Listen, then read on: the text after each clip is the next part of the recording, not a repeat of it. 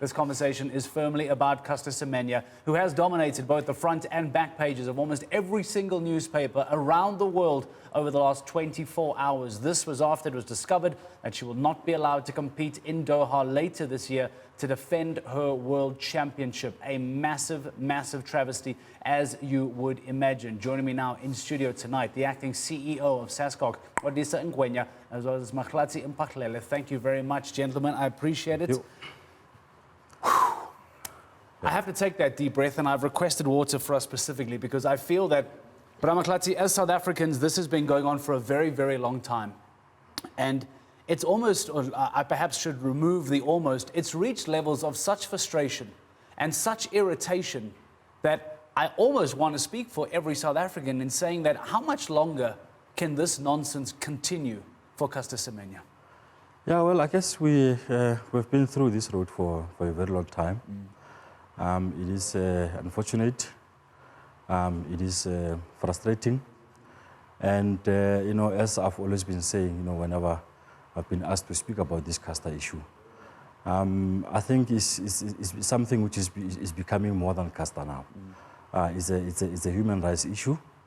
And I think it has come to a point where a decision has to be taken so that this heavy weight must be taken off Caster's future, on Caster's shoulders, so that she knows definitely what she needs to do going forward. She can't continue to live a life where she doesn't know what her professional future looks like. She needs to know that when the final decision is taken, whether it's for or against what she does going forward, it's about time that we reach that stage, and I hope we are not too far from there. You know, we would like that finality, of course, and, you know, Mr. Ngwenya, thank you for your time. It's lovely to have SASCOC on board every single time there is an issue to discuss. We understand that there's loads under the umbrella that you guys have to deal with here tonight. Do you agree with Mahlatse here that this is reaching a point where surely some finality has to come from this? And we hope that this certainly is not the end of the road, because we'll talk about Greg Knotts, her lawyer, who spoke to us earlier on today. I believe he's been, you know, full of comment, as you can imagine. But this surely needs to come to an end at some stage, with the simple theory behind the matter being that Caster Semenya is born brilliant and should be allowed to run and give the talent and do what God has given her the talent to do. Yeah, indeed. And thank you very much, Mark. I agree, most definitely. It has been going on for too long, and 2009 in Berlin is when it all started to really unravel in the worst of ways. You know, we were hoping that the Court of Arbitration, when it sat the last time around, it would put finality to the matter. In fact, they complicated, in my view, the matter even further by saying, yes, the rules are discriminatory, however, necessary discrimination in this case. And of course, you know, the team has appealed that ruling. Now what has happened is that some other court in Switzerland has sat and said that, you know, the rules need to stay whilst the appeal is ongoing. It is really unfair, and already, I mean, we need to commend Caster for the strength that she's had to carry this through over 10 years and be unwavering in her objection to it, and to continue to perform at the levels where she has. South Africa as a whole is behind her. And we've expressed that opinion as South Africans in many corners, and in many ways we can. So we've got to find a way, and I hope that the court will sit and hear the full appeal now and really deal with the matter once and for all. This has obviously escalated to multiple levels. Yeah. To the point now where it's gone on to reach Supreme Court in Switzerland. That said, though, if we dial it back, as the umbrella body for sport in South Africa, is there anything that SASCOC can do to try and help, to try and assist this matter? And I say that truthfully as a fan of running, because I imagine that we want to have as many hands on deck as possible as the umbrella body for sport in SA. Is there a way that you can contact Caster Semenya's team? Is there a way that you can approach the Supreme Court of Switzerland? Is there a way that you can approach the Court of Arbitration for Sport and put your weight behind Caster Semenya? We already have. The team that is part that the government has set up together includes Dr. Pato, who is our Chief Medical Officer, is working there. So we're part of that process already of supporting Caster. It is a legal matter now, unfortunately. Having said that, I think we need to take note of what the United Nations said on this matter, that it is a human rights issue, and we view it as not only a legal matter per se, but it is, as Mahlatse has said, and the United Nations has said, a human rights issue, and it needs to be tackled at that level. The further point here is also that I think the manner in which it is being dealt with is, in my view, has called on other issues into question. I don't think sport as a whole globally is ready to deal with the issues of LGBTI+. So we are dealing here with not a question of just a biological makeup of a person, but also there are social issues involved. All the rules that exist in sport at the moment in terms of segregating men and women were rules that were done in the 50s, 40s, etc., etc. And we need now to update ourselves in terms of how we approach these issues. I shudder to think what would have happened if some kid would have come in our Proteas netball team and said, I want to participate in this team. And they were either an intersex or any other of the LGBTI communities, we probably would have had a problem. And I think that we need to discuss this issue at that level. So from a SASCOC point of view, we want to elevate the debate to that point, beyond just where it is now.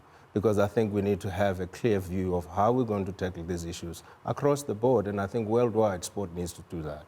So we sitting now and saying maybe we towards the end of the year, we need to have a seminar discussion and call all people, experts around the world to come and input on this thing. Because I think the guys at IAAF have missed the boat completely. Absolutely, I couldn't agree more. Mahlatse, I want to take us back to 2009, the point that was raised now. I imagine that many sporting journalists and even sporting fans around South Africa may recall that moment in 2009. And I am one of those examples that, to the absolute split second, I recall exactly where I was. I was fortunate enough to be in Mauritius at the time, celebrating my mother's 50th birthday. Lucky True you. story here. No, absolutely. Lucky me. And I landed up stopping the party so I could go and watch this much rumored about, much discussed young woman that people had kind of started to allude to, but hadn't really spoken about because she wasn't known just yet being the teenager that she was. And I remember clearly to the day, stepping away, walking over to a very small, rubbish-looking little TV that was in one of the little Mauritian bars, and I watched this race, and I was blown away by this woman. If we take a look at what has happened in the last decade, you mentioned strength, and it's something that Greg Knott, your lawyer, spoke about today as well, the mental and emotional strength. Do you think there is another athlete on the planet that could have dealt with what she has dealt with over the last decade and still to this day come back onto the track when she is allowed and compete in the fashion that she does? Well, I don't think so. I'm almost, more than 10 years older than Caster, and I don't think if what happened to her could have happened to me, I could have been able to deal with it. You need to have, intelligence. You need to be strong mentally. When the entire world is firmly fixed on you. For all the wrong reasons, unfortunately. For all the wrong reasons, when your natural being is being questioned by people who, for whatever reason, are deciding to do that. It's not an easy thing to do. And I can say that, throughout the period of 10 years plus, she has carried herself with impeccable dignity. She's someone who continues to be an inspiration to young people, both men and women. I'm personally takes a lot of inspiration from her. She's a kid who came from a rural village in Limpopo and climbed to the highest peak of sports in the world. I'm actually also very disappointed that if you look at athletics in general, since the retirement of Usain Bolt, this sport is crying out for a global superstar. And Caster is there, a young woman who has got all the quality, the talent to carry the sport and become its own global superstar. But there are some people sitting somewhere in Europe, they've made up their minds that she's not who she is. And Unfortunately, like Qondisa said, it's in the courts now. There's really nothing much we can do. If she loses the appeal, that will be it, and we'll have to accept it, but we will definitely accept it, but with heavy hearts. Athletics has, for as long as I can remember, having been dominated by African athletes, whether it is African American, Jamaican, it doesn't matter, of African origin. From Michael Johnson all the way up to, to Tyson Gay, to Usain Bolt, you go and pick the name. Why is it now that all of a sudden the world seems to be scared of a successful black female? I don't know. I mean, if you look at what they are doing now, Caster is always known to be someone who is running 800 meters, but she has, in the recent years, showed an appetite to do 1.5, and she turns out to be good at it also.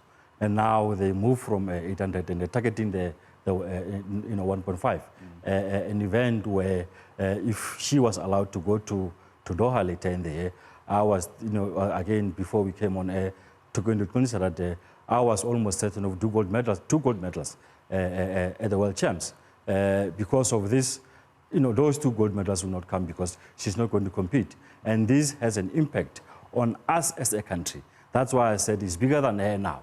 It's a national issue that we will go to the World Champs and will surely be minus two definite or almost or near 2 gold medals, which she was going to get if she was going to run there. Okay, well, this is indeed a national issue, and we will continue to discuss the national issue that is Caster Semenya right after the break. More from the gentleman here live in studio. Hashtag News at Prime if you want to share your thoughts with us on social media. Caster Semenya is the talking point. And that's what we do here on Newsroom Africa. We discuss your views and your news.